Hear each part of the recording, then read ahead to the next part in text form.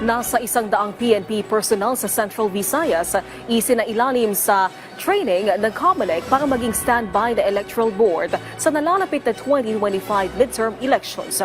Kaugnay niyan, isang non-partisan political education group nagpaalala sa mga botante na suriing mabuti ang mga ibobotong kandidato. Si Jessie Atienza ng PTV Cebu sa sentro ng balita. Mahigit 30 taon ng aktibong miyembro ng Cebu Citizens and Maturation for People's Empowerment and Liberation o CCIMPEL si Dorothy. Ang CCIMPEL ay isang non-partisan political education group ng Archdiocese of Cebu at matagal ng kaagapay ng COMELEC sa bawat eleksyon.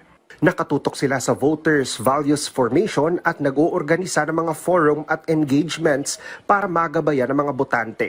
CCIMPEL's presence is deterrent in the polling areas, polling places, as our volunteers have undergone this voters' values formation, which is very important for them to know the mission of CCIMPEL, which is the political transformation. Ayon sa CCIMPEL, umabot na sa 10,000 ang kanilang mga miyembro na magsisilbing non-partisan poll watchers sa mga voting precinct sa lalawigan ng Cebu sa nalalapit na 2025 midterm elections.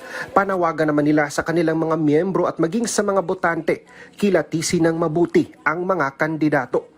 Ibase umano sa 5 C's ang kanilang pagboto o ang conscience, competence, compassion, companionship at commitment. We are forming our volunteers, not just our volunteers, but also our parishioners to follow the Christian way of choosing candidates based on our 5 C's so that they will be able to choose exactly the right people to work in government. Dili winnable yung candidates that they will finally vote for.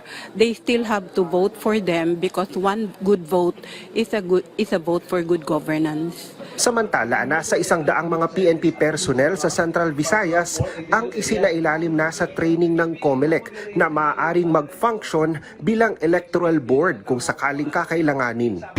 So, mag-function sila as if mga maestra sila. Kasi in case nga magkulang or na-issue on security matters that requires the substitutions of the members of the Philippine National Police that will handle the electoral process in the area. Ayon sa COMELEC Central Visayas, maaaring ipadala ang mga na-train na PNP personnel kung sakasakaling kakailanganin ng karagdagang PNP personnel sa ilang bahagi sa Mindanao na magsisilbing backup na electoral board.